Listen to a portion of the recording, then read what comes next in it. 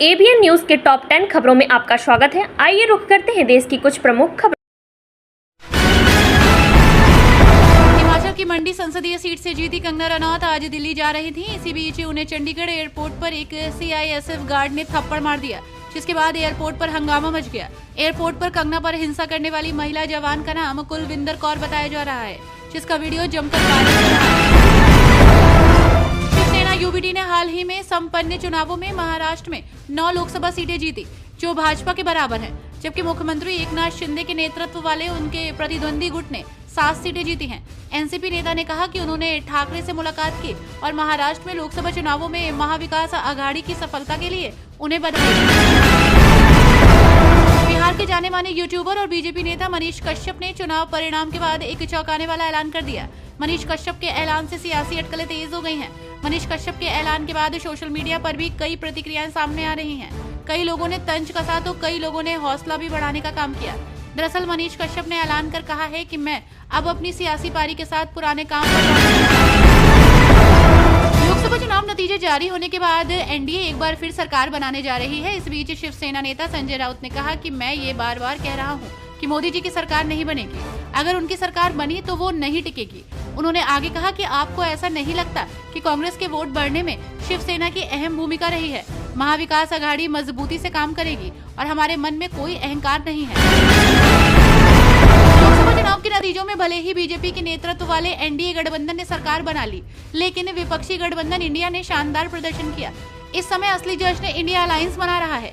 ऐसे में अब सभी की नजरें गांधी परिवार पर टिकी हैं। सूत्रों का दावा है कि कांग्रेस के अधिकांश पदाधिकारी और कुछ नवनिर्वाचित सांसद चाहते हैं कि लोकसभा में नेता प्रतिपक्ष की भूमिका निभाएं। दुनिया के सबसे बड़े लोकतांत्रिक देश में जनता ने अपना जनादेश सुना दिया है। ये जनादेश भाजपा को बड़ा झटका दे रहा है। अब लोकसभा चुनाव के परिणाम आने के बाद नेताओं के बयानों का दौर जारी है।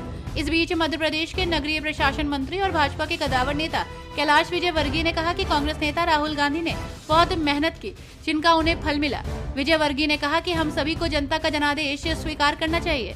राहुल जी ने बहुत मेहनत की, बेचारे पैदल चले, गांव-गांव दौड़ लगाई, जिम गए। हमारा मानना है कि विपक्ष भी मजबूत होना चाहिए।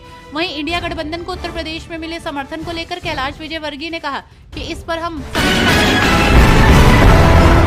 लोकसभा चुनावों के नतीजे सामने आने के बाद अब नेताओं द्वारा अपनी अपनी प्रतिक्रियाएं जारी हैं और अपने अपने समर्थकों का आभार जताया जा रहा है। इस बीच कांग्रेस महासचिव प्रियंका गांधी ने सोशल मीडिया पोस्ट पर उत्तर प्रदेश में कांग्रेस और इंडिया गठबंधन के अच्छे प्रदर्शन के लिए लोगों का आभार जताया। प्रियंका ने लिखा, यूपी कांग्रेस के मेरे सभी साथियों को मेरा सलाम।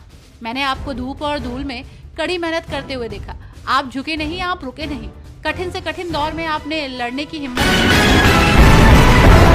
बहुजन समाज पार्टी से लोकसभा प्रत्याशी माजिद अली को बसपा से निष्कासित कर दिया गया है। इस पर पार्टी विरोधी गतिविधियों के अलावा भाजपा प्रत्याशी के साथ मिलकर चुनाव लड़ने के आरोप लगे। सहारनपुर लोकसभा सीट से बुरी तरह चुनाव हारते ही माजिद अली को बड़े भाई सहित बहुजन समाज पार्टी ने निष्कासित कर दिया।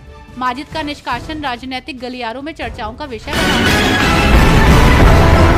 लोकसभा चुनाव रिजल्ट 2024 आने के बाद जो 2 नाम सबसे ज्यादा चर्चा में हैं, पहला नाम नीतीश कुमार और दूसरा चंद्रबाबू नायडू। आंध्र प्रदेश के पूर्व मुख्यमंत्री और टीडीपी नेता चंद्रबाबू नायडू फिलहाल बीजेपी के नेतृत्व वाली एनडीए सरकार के लिए किंग मेकर की भूमिका में है।